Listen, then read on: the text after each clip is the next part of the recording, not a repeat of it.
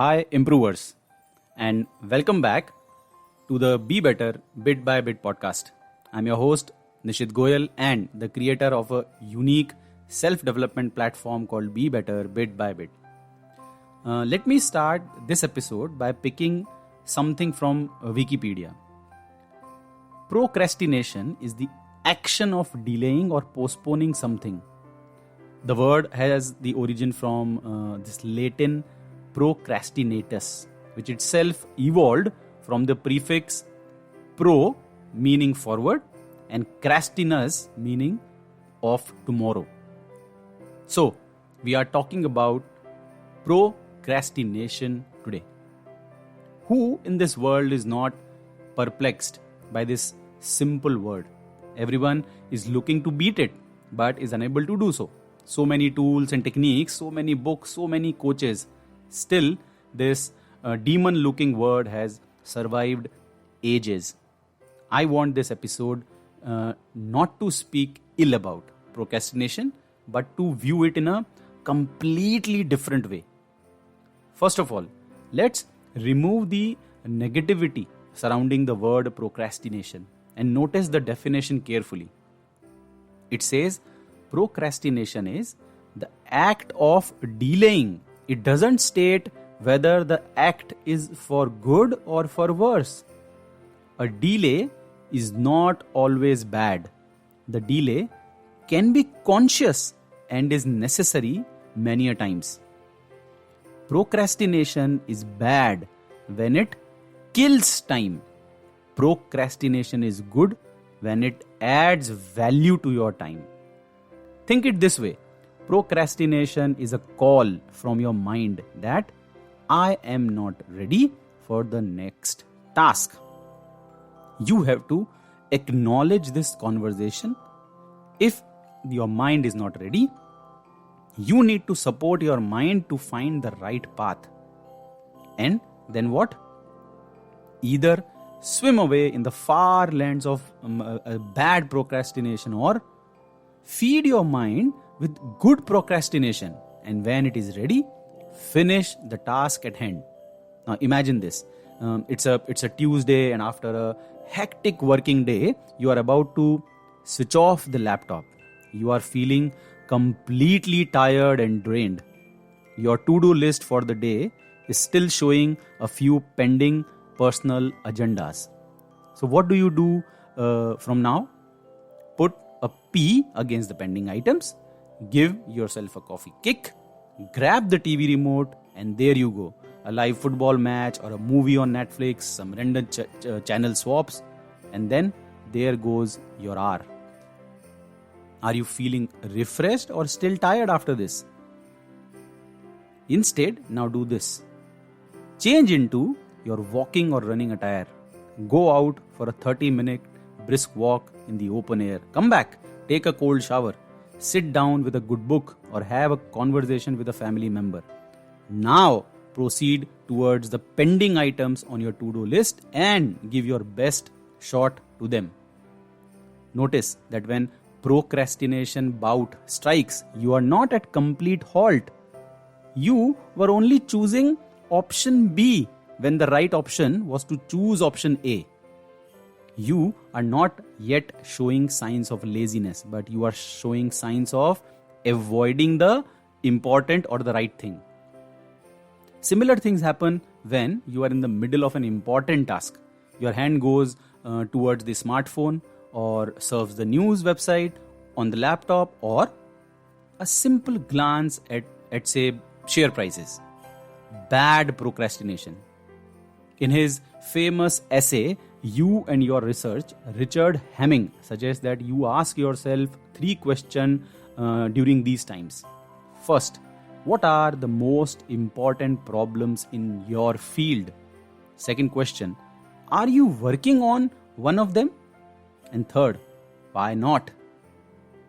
Now, you can easily differentiate between good and bad procrastination. So what's a bad procrastination? 1. When social media scrolling takes over the urgent and important task at hand. Second, when binge watching replaces family time or a conversation with a good old friend. Third, when your mind scrolls through a shopping app with no intention to buy but to look for options that are floating around in the market. Fourth, when you schedule not required meetings with your office colleagues to discuss matters which doesn't need your attention. Now let's see good procrastination. 1. When procrastination helps you reflect on what's the most important thing for your life. 2. When it helps you to decide whether a task on your to-do list is supposed to be done by you or someone else. 3. When it helps you decide priority. 4. When procrastination helps you release an apology to someone.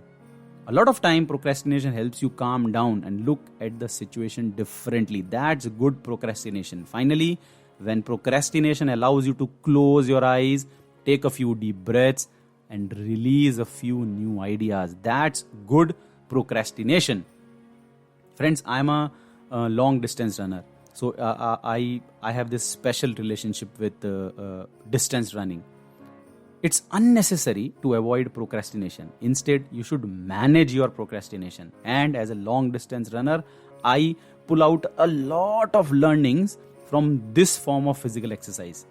Hence, I can't help but link the subject of procrastination with long distance running. When we start a long distance run, we know there is this finishing line waiting for us after say 4 hours or 5 hours or 7 hours of running. My body can't go full throttle for this entire race. The distance is fixed and the time is not. When I slow down in the middle of the race to let my body recapture and rejuvenate, I am not procrastinating. I delay the finishing line to help my body finish strong. During the course of these long runs, my body asks me to slow down several times. Now it's a choice to listen to it or to keep burning the fuel.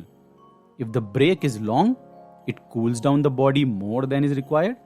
Length of the break is critical. A break, a slowdown is not bad procrastination. It's the other way around. It's essential. But it's equally essential to manage that break well. We can't let the body and mind cool down enough to release the excitement and the adrenaline. The procrastination should be good to fill the body with the required fuel and not bad to find reasons to end the race in the middle.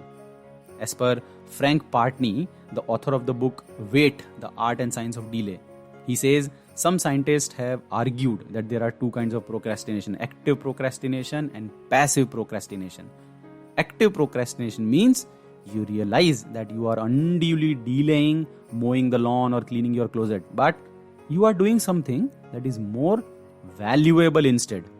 Passive procrastination is just sitting around on your sofa, not doing anything. That clearly is a problem. Life is and will get busier by the day. Procrastination is and will remain a tool that needs to be deployed in the right quantity at the right time and the right type. The choice of active or passive procrastination will decide how satisfied, successful, and happy you are at the end of the day. Friends, procrastinate, but procrastinate well. I hope this episode gives you a lot of insights into what good and bad procrastination is. And now join me in the next episode of Be Better Bit by Bit. The podcast is available on Spotify, JioSaavn, Google Podcast, Spreaker, and now on Amazon too. So don't forget to call out your Alexa or Google device to play the podcast episode. Be Better Bit by Bit, my debut book, is out now on Amazon as a paperback and an ebook. So grab your copy and leave me a feedback.